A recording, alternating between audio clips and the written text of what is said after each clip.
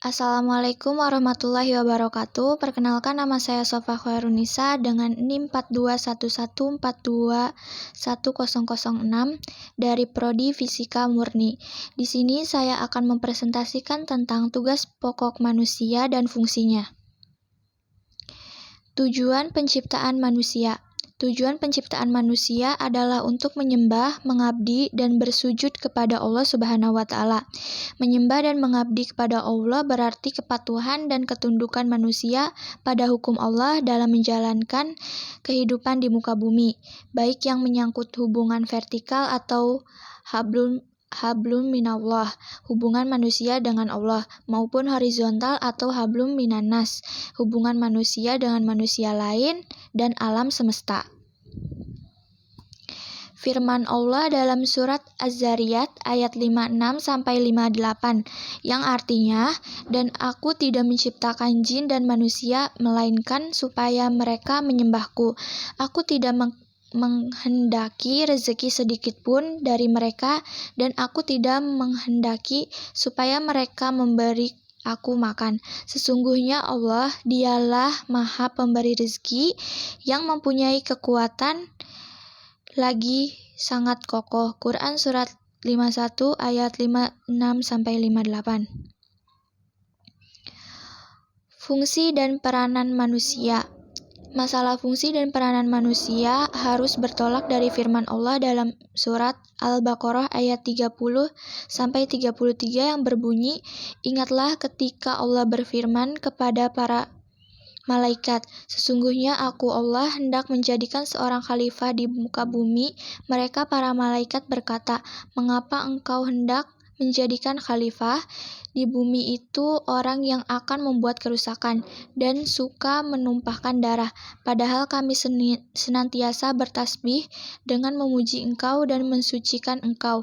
Allah berfirman, sesungguhnya aku mengetahui apa yang tidak kamu ketahui. Dan Dia mengajarkan kepada Adam nama-nama benda seluruhnya, kemudian mengemukakan kepada para malaikat, lalu berfirman, sebutkanlah kepadaku nama benda-benda itu jika kamu memang orang-orang yang benar. Mereka malaikat menjawab, Maha suci engkau, tidak ada yang kami ketahui selain dari apa yang engkau ajarkan kepada kami. Sesungguhnya engkaulah yang maha mengetahui lagi maha bijaksana. Allah berfirman, hai Adam, beritahukanlah kepada mereka nama benda-benda ini. Maka setelah diberitahukannya kepada mereka nama-nama benda itu, Allah berfirman, bukankah sudah aku katakan kepadamu bahwa sesungguhnya aku mengetahui rahasia langit dan bumi dan mengetahui apa yang kamu tampakkan dan apa yang kamu sembunyikan. Peran yang harus dilakukan seorang khalifah sebagaimana yang telah digariskan oleh Allah diantaranya ialah, yang pertama itu belajar, yang kedua mengajarkan ilmu, yang ketiga membudayakan ilmu, yang keempat bertanggung jawab pada diri sendiri, yang kelima bertanggung jawab kepada Allah, dan yang keenam bertanggung jawab pada masyarakat. Tanggung jawab manusia sebagai hamba Allah dan khalifah Allah. Yang pertama, tanggung jawab manusia sebagai Abdullah atau hamba Allah. Makna kata abd, hamba, dari segi kebahasan berarti ketaatan, kepatuhan, ketundukan. Ketiga makna itu hanya layak diberikan kepada Allah yang Maha Pencipta. Tanggung jawab Abdullah terhadap dirinya adalah memelihara iman yang telah bersemi di dalam jiwanya, karena iman yang bersemi di dalam dadanya bersifat fluktuatif, pasang surut atau naik turun. Seorang hamba Allah juga mempunyai tanggung jawab terhadap keluarganya. Tanggung jawab terhadap keluarga merupakan lanjutan dari tanggung jawab terhadap dirinya sendiri. Karena memelihara iman keluarga berkaitan erat dengan memelihara iman terhadap dirinya sendiri. Hal ini sebagaimana firman Allah dalam Al-Quran, terjemahannya berbunyi, peliharalah dirimu dan keluargamu dari api neraka. Sebagai realisasi memelihara iman keluarga, yakni menyuruh mereka berbuat kebaikan dan mencegah mereka agar tidak melakukan kejahatan. 2. Tanggung jawab manusia sebagai khalifah Allah.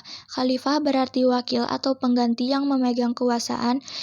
Manusia menjadi khalifah memegang mandat Tuhan untuk mewujudkan kemakmuran di muka bumi serta melestarikannya agar tetap makmur. Sebagai wakil Allah, Allah mengajarkan kepada manusia kebenaran dalam segala ciptaannya, dan melalui pemahaman serta penguasaan terhadap hukum-hukum alam yang terkandung dalam ciptaannya, manusia dapat menyusun konsep baru serta melakukan rekayasa membentuk wujud baru dalam kebudayaan. Firman Allah surat Fatir ayat 39 yang berbunyi, artinya, dialah Allah yang menjadikan kamu khalifah muka bumi. Barang siapa yang kafir, maka akibat kekafirannya menimpa dirinya sendiri. Dan kekafiran orang-orang kafir itu tidak lain hanyalah akan menambah kemurkaan pada sisi Tuhannya. Dan kekafiran orang-orang yang kafir itu tidak lain hanyalah akan menambah kerugian mereka belaka. Quran surat 35 ayat 39. Sekian presentasi dari saya, kurang lebihnya mohon maaf. Wassalamualaikum warahmatullahi wabarakatuh.